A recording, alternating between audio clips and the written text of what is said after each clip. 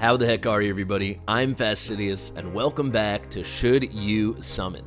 This is a weekly video series that I release every Thursday evening before that weekend's banners, in which we answer the question, should you summon? Obviously, this week I'm releasing it on Friday, and that's because, as you're going to see in the video, my chief focus is going to be on the 10x Ancient Summoning banner. That obviously starts tomorrow on Saturday. And of course, I'll be breaking down the question of should you summon and answering it for all spending groups, that being free to play, low spender, mid spender, dolphin, and whale. As for you Krakens, of course you're summoning, so thank you for supporting the game and have a great time doing it. Alrighty folks, two kinds of banners you can choose to summon on this weekend. We've got our crazy banners, aka our 2x banners. These are basically like permanent fixtures on the weekends now. We've had 2 straight months of having a 2x every single weekend. Nothing too noteworthy here. Then, as I said, starting tomorrow, we have our special Ancient Summoning, where there's a 10x rate up on 3 different heroes. We have 1 legendary lord, and that is going to be Eldrr, a tremendous damage-dealing fighter from the Northerner faction at one of the ancient exclusive lords, right? So he can only be summoned through Ancient Summoning, unlike his counterpart King Hearts, who can also be summoned through rare summoning crystals and legendary summoning crystals. Then we have 2 ancient exclusive legendary heroes as well. So these are normal legendaries, non-lords, that can only be summoned through ancient summons. One of them is Ardea, one of the absolute best heroes in the game, hands down, a tremendous fighter. And then another fighter. Actually, this is just a big fighter 10x on the ancients. We've got Elddr, Ardea, and now Thallen. He's an esotericist. You can see they have yet to add his dual faction membership. That will go live tomorrow. He's also a supreme arbiter, and he is very, very cool. So lots to break down. Let's get into it. Fastidious. Fastidious. So let's head into our banner breakdown. Going to take a bit more time this week since we have 3 brand new heroes to discuss. Shouldn't say brand new, but 3 very new heroes, and then one of them is brand new, Thallen. So we've got our 2x here. 2x is 2x, right? It is every weekend now. Normally, if you combine the chance to get a legendary lord or a non-lord, you combine that, it's 0.5%. Now it goes up to 1%, right? So normally it's 0.46% for a non-lord, 0.04% for a lord. Now it's 0.92% for a non-lord, and 0.08% for a lord. It's great if you just need legendaries. This is more going to be for newer accounts. We'll break down if you should summon on that a little bit later, but we do need to talk about these 3 new heroes. So we have got Eldrr. This is an ancient exclusive lord, as I said. What's very exciting with the ancient exclusive lords, so we compare him to his King Hearts, his counterpart in the Northerner faction. He can obviously be summoned from normal summons and legendary summons as well. This guy can only be summoned from ancients. The guys that can only be summoned from ancients, so like Eldrr versus King Hearts, or let's say Cyrus versus Venoma, they're not only just great in terms of being a lord, but they're great characters as well. So let's talk about what Eldrr does in terms of being a lord to begin with. You can see here the exact same lord skill as King Hearts, with one notable exception. The last line here with King Hearts says the defense of shielded faction allies is increased by 20%. Defense doesn't matter currently that much in this game. Attack definitely does, and that is what Eldrr is going to bring. The attack of shielded allies is now increased by 20%. This is going to be amazing in terms of helping his own damage dealing capabilities, which are tremendous, as well as buffing the really good damage dealers in his faction as well. So before, that was basically just like Nocturne, maybe a little bit of Valkyria, but now, you know, Ardea, obviously on this banner, she is unbelievable. You're going to see that. We got Falcia on that limited banner, the exclusive banner, I should say. So this makes him super valuable. So I would love, love, love to get him, I'll be honest. You can see his talent when shielded deals extra damage equal to 30% of current shield strength. This is very important because if we look at his ultimate, when the ultimate's active, he's already also going to temporarily lend that talent to his faction allies. Overall, we're not going to break down skill by skill by skill, but he does amazing, amazing melee damage. He's the candidate for the best base stats in the game right now, just a hair under, 9 ticks under 30,000 HP, and he's at that 6257 attack, which puts him comfortably in that top 5 to top 10 range for highest base attack in the whole game. That is super, super high. Basically, it's going to go Ardea, as you're going to see, then Salazar, then this class of like Eldrr and Valeria and heroes like that. This is crazy. He's really, really good. He does some big boy damage and normal basic here. You can see he's got this Thunder Aegis thing. He gains a shield equal to 10% max HP per second. That's going to go up to a 100% shield based off of his health. He's just a great kit.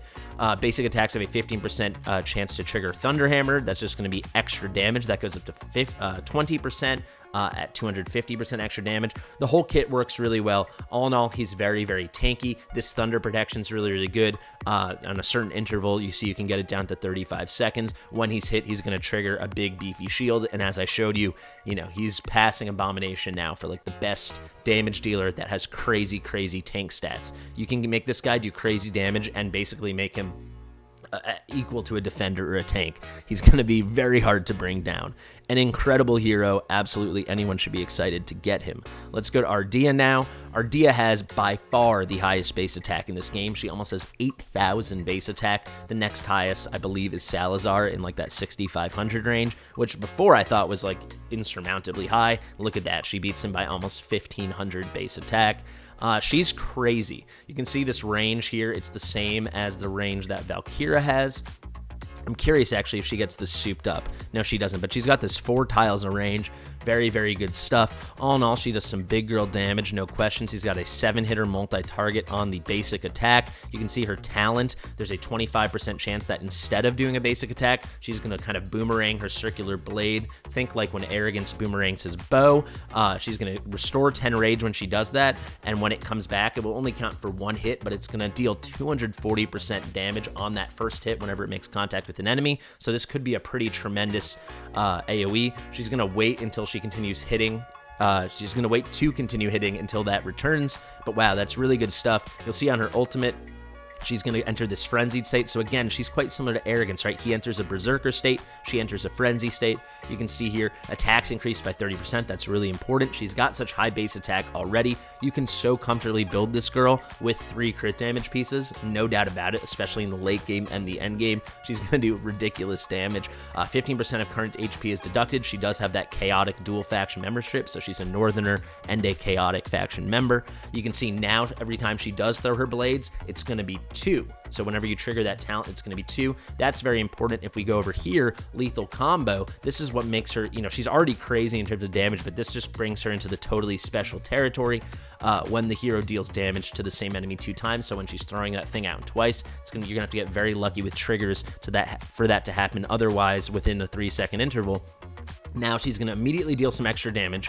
40%, it goes up to, 70%. That's fine. And you can also increase the interval to within 5 seconds. So you will get other triggers outside of the ultimate, but really when that ultimate's happening, you're going to get those double hits because you're going to be throwing 2 blades and you're going to inflict bleed. So bleed is like the hardest damage over time debuff. That and poison seem to be the rarest in this game. Deals damage equal to 1% of the target's max HP per second and increases their physical damage taken by 10%. And it's going to be an AoE bleed, right? Because she's going to apply that to everyone that gets hit by those boomerang swirling blades. Crazy stuff. Here you can see also Unyielding Courage. As the HP decreases, the chance to trigger the talent increases. It says it can go up to 30%. It already starts at 25%. So when she's at 30% HP or lower, now does it only go up 5%? I don't know.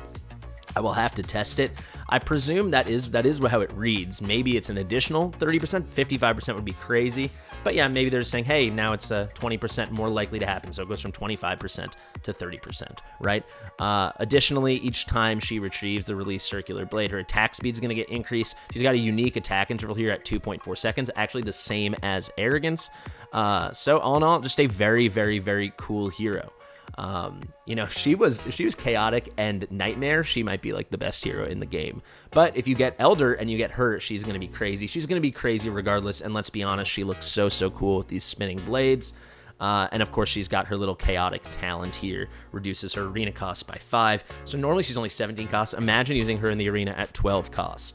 Finally, we have got Thallen here, our buddy Thallen. So as I said, currently he's just an esotericist. However, he very much will get a dual faction membership tomorrow when the Supreme Arbiter faction goes live. He's a magic damage dealing fighter, so he joins the ranks of our Zila 2s. Trying to think, Valkyra, kind of Falsia, right? She does hybrid damage. If we go here to hero details, let's max it out. Pretty low attack, but this is kind of what you expect out of a magic damage dealing fighter. It's pretty rare that you get those high attack numbers in those cases. Uridin will be a huge exception whenever you start people. I mean, I guess is he coming into the game in this update? We'll have to see. I know he came on a Forerunner, but that's, you know, it'll do. You can see he's got a 2.5 second interval, another unique interval there. That's the same as like Kineza. He does magic damage, and he seems very set to go into Gear Raid 1. As an esotericist, he can fit nicely if you're running like a Venoma or a Raiden with your Comet. Maybe you've got Eluin as well. Maybe you're running Eye. Eye's really good in Gear Raid 1. You can see here, hits up to 5 enemies. Might seem lame at only 50% up to 60%, but this is a double hitter. So a 5 enemy double hitter that goes up to basically it's 120% when you do 60% on both hits. That's very good. Each attack has a chance equivalent to 50% of current rage percent to turn into a luminous strike, which deals 240% damage. So again, up to 5 enemies, some big AoE magic damage. Here he throws Gungnir. We're gonna call it Gungnir. So just Gungnir. There you go. That's his blade, I'm almost certain, or this kind of dual-tipped spear he works with. I read through his story actually trying to figure it out. I'm assuming that's what it is. He throws it down and it kind of pulsates with this big AoE magic damage. So you can see up to 8 enemies, it will stay there. It does a pulse every 2 seconds, 300% damage. And it also, now he's our 4th hero in the game that applies magic res reduction. You can't get this reduction improved at all, but hey, 20% is really, really good. 2.5 seconds. Compare that to like Virna at A1, that's only 10%. So really good stuff. When receiving direct damage from the enemies blocked by the hero, there's a 10% chance to inflict 1 stack of radiant erosion. So this is true damage based on the carrier's defense. Quite interesting, right? Radiant erosion, I talked about it yesterday in my video for Alistair. So this is not like a hero specific debuff, this is just a thing we've got now. So this is a new kind of true damage that scales off of the target's defense. Interesting stuff, he can apply that. Finally, we've got this passive over here that applies a stun. When you level this up, if you do max skill this guy, it's gonna go up to 1 second. Half a second stun, not too cool. 1 second stun, pretty darn cool, especially when you're bringing him to Gear Raid 1. Which is going to be, esotericists are great, but also cultists. Now you've got a ton of, this is going to be AoE kind of crowd control that's affecting and helping your cultists if you're running a Morrigan or a Demi or an Aeon, taking advantage of that cultist lord skill, right? Also, get used to it with the Supreme Arders. They all get a special arena skill. He's going to get extra damage in the arena. He's 20 costs. I would have loved to see a -5 cost there, but all in all, going to be a very good hero. All right, should you summon? Let's actually answer that question. First off, I'm going to address these crazy banners, the 2x banners, with regard to all spending groups, essentially. I do not think you should be pulling on the 2x this weekend. In general, I would say, especially once you've been playing for a while, you really don't need to unless you're just dying to get legendary heroes. Better to wait for the 10x's so you can target people. In general, though, that being the sentiment, with this specifically, you guys saw my video yesterday, we have Alistair coming for the Christmas Fusion. For anyone that was unclear to, this is going to be like a shard collection where likely you fuse epic heroes and you fuse them into Alistair. It will be 100% free to play, but no question, 1 or 2 events and Oracle's Trials, a couple will have to do with summoning, right? So save your summons up now. Don't waste your blue crystals and your gold crystals on this. I'd say if you're a Whale or Kraken, then sure, go for it. You're going to spend and the fusion will be easy for you anyway. But even like Dolphin and under, I mean, unless for some reason, if you're a new player, that's one thing, or if for some reason you just have that itch and you are starving for gold, that's another thing. All in all, I think this is a hard skip for nearly everyone. This one, on the other hand, not as much. So let's start off with free to play. I'm pretty bullish on this banner, man. I think Eldrr is one of the best lords in the entire game. I think he's one of the best heroes outside of just being a lord with how good his kit is. He is basically a much better version of Abomination. He doesn't have that kind of crowd control stuff, but my god, he hits crazy hard. He is so tanky. These base stats are just, they're insane. These base stats are truly insane. He shields himself. He can be basically unkillable in a ton of content. If you're trying to push into late game, end game content, even if you don't use him as a Lord, he's so flippin' good. But then you can use him as a Lord. Maybe you got Falcia, maybe you've been lucky enough to get Ardea, maybe even just Valkyra or Nocturne. Anyone that's going to get shielded and you want putting out more damage, you want increasing their attack, he is going to help. I think this guy's amazing. Ardea, I think, makes a short list of the best heroes in the game. It's going to take a couple things to make her work perfectly. I think you will have to max skill her. But all that being said, I mean, she's got a very low-cost auto ultimate here. She's very similar. She's like a juiced-up Arrogance. She's like Arrogance, except she can't hit aerial units. So Arrogance has that going for him over her. But everything else she does, she probably does it slightly better. Crazy. I mean, she doesn't have the burns. She has the bleeds. But burns are easier to come by than bleeds. She's got crazy big damage. I mean, she kind of kills herself a little bit the way all the Chaotix do, but you can find a way to make it work. The damage I've seen her putting out, it's lunacy. She is so flipping good. And then Thallen, he seems pretty cool. I think, he's probably the one I'm least excited about, but he is an esotericist, which is not one of the strongest factions, so getting more juicy heroes in that faction is pretty good. I definitely wouldn't be upset if I pulled him. He's not going to be the feature for me on this banner, but certainly he could help a ton of people. I mean, that magic res reduction at 20%, it's the second strongest now in the whole game, second only to Ajax being one of the absolute rarest heroes in the game. And the way he puts it out is a much better AoE range. Ajax is like within 2 tiles from him. With him, it's going to be wherever he is, kind of all around him with his AoE. So it should be really, really nice how many people he's able to apply this upon. I really like it. So yeah, it goes Ajax at 30%, him at 20%, Greed at 15%, A1 Virna at 10%. He's going to be special for a lot of people. So they're all good, and I think 2 of them are exceptionally good. And then this guy is super rare, so why? It's a hero collector, so he's good, and why wouldn't you want him anyway if he's super rare? All in all, I think I'm pulling. I think if I'm almost every spending class, I am pulling. So let's start with free to play, work our way up, and let me talk about when I wouldn't be pulling. So free to play, if you are infatuated with, let's lump it together. Free to play, low spender, and mid spender. If you are if you're the kind of person, I'd say up to mid spender, you're probably not spending on ancient summons. And I would say this banner, you don't really have to unless you're a bigger spender like a Dolphin, Whale, or Kraken. If you are like infatuated with this idea of maybe you're going to get Uridin, I mean, good luck. Or, maybe you love Demi or Cyrus or Soul Cadens, right? Then those could be, I'm going to hold out. Like, I'm sure at some point we will get 10Xs on those. I don't know about Uridin. Maybe eventually, but that will be the biggest spending event ever, right? But with those other 3 lords, it could happen. But Eldr's close to as good as it's going to get.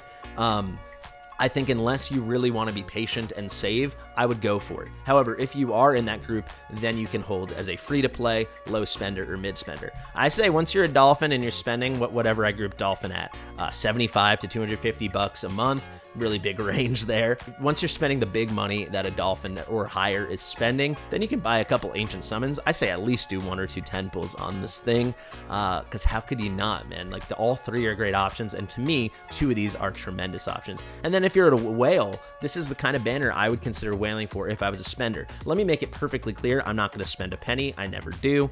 That is just a straight up philosophy of mine. I do not spend on these gacha games. And you can, as great as these juiced up rates are, I'll throw up a graphic, shout out to King PM that he helped me make. This is going to be your chance of getting Eldrr with this 10x.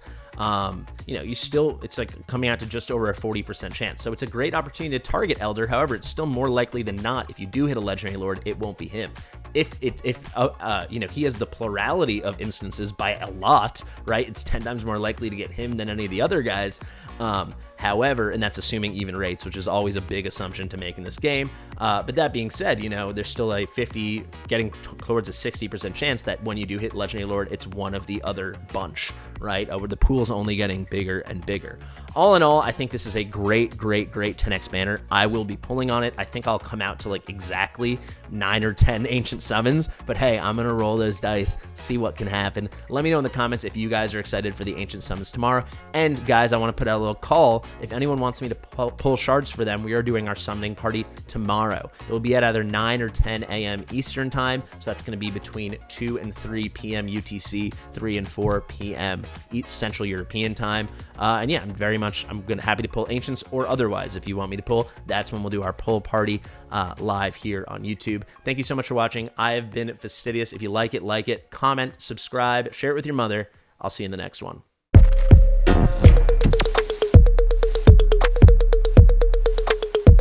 Fastidious.